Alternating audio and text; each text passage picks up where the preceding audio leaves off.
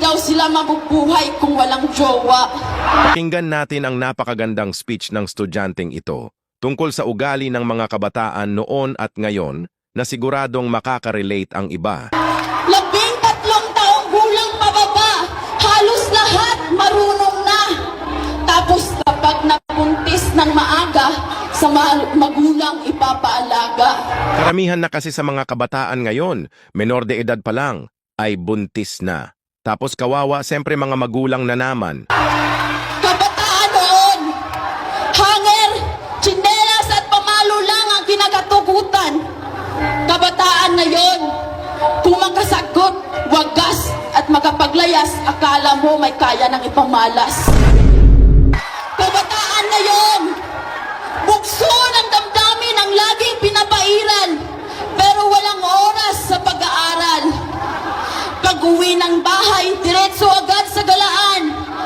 Tapos mas galit pa pag pinagsasabihan. Yan na talaga ang ugali ng ibang mga kabataan ngayon. Noon, tignan mo lang ang mga bata tatahimik na yan. Pero ngayon, sila pa ang may ganang magalit kapag pinagsasabihan mo. Karamihan ngayon, wala ng dignidad, respeto at prinsipyo. Basta makasabay lang sa uso.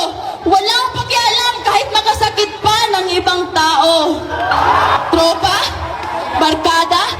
Yan na ang sinusunod nila. Yan na ang pinapakinggan nila. Ni hindi man lang naisip ang hirap ng mga magulang, may taguyod lang ang kahirapan. Real talk talaga. Mga kabataan ngayon mas inuuna na ang mga barkada at mas mabait pa sila kapag sa mga barkada nila. Pero pagdating na sa mga magulang nila, wala na silang respeto. Sa bawat tingin nyo ang pera pambili ng kolorete at pampaganda. Sa bawat kupit nyo pang computer, sa tabing kalsada ay katumbas ng pawis, dugo at luha na dulot na hirap na tiniis. May bigay lang ng magandang kinabukasan ang nasabing kabataan. Nasubukan nyo na ba silang pagmasdan? Nasubukan nyo na bang tingnan ang kanilang palad? Tingnan kung gaano kakapal ang kanilang kalyo. Kakatrabaho, maibigay lang ang mga luho mo. Na halos igapang kanila sa kahirapan. Tapos ikaw, magpapagapang lang.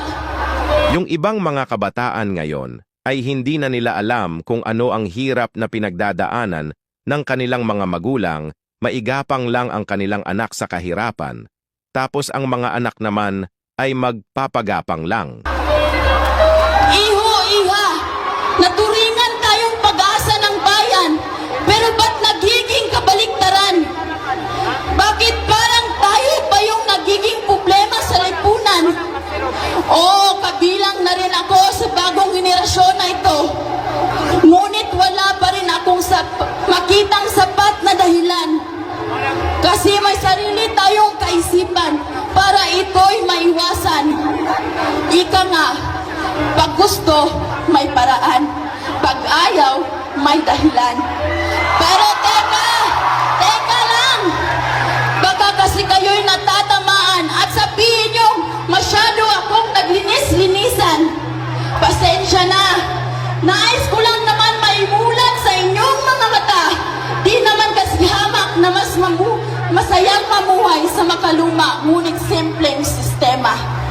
Masarap talaga mamuhay noon na simple lang ang buhay.